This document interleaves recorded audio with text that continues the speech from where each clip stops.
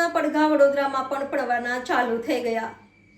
ક્ષત્રિય આંદોલનના પડઘા વડોદરામાં પણ પડવાના ચાલુ થઈ ગયા। પુરુષોત્તમ રૂપાલાએ રાજકોટ બેઠક પરથી ફોર્મ ભરતાની સાથે અનેક જિલ્લાઓમાં વિરોધ થવાનું ચાલુ થઈ ગયું છે। વડોદરા જિલ્લાના અનેક ગામડાઓમાં ભાજપે પ્રવેશ કરવો નહીં, બાયકટ રૂપાલાના બેનરો લાગ્યા છે। તેવામાં વડોદરા તાલુકાના ધનોરા ગામે પણ ક્ષત્રિય સમાજ દ્વારા રૂપાલા વિરુદ્ધ બેનર લગાવવામાં આવ્યું છે। આગામી સમયમાં આંદોલન ઉગ્ર બને તેવી શક્યતાઓ દેખાઈ રહી છે। Reporter Rahul Rajput, YNN news, Vadodara.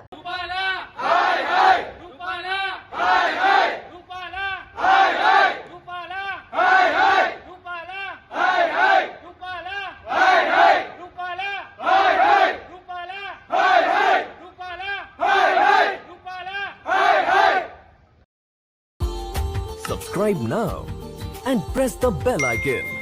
Never miss an update.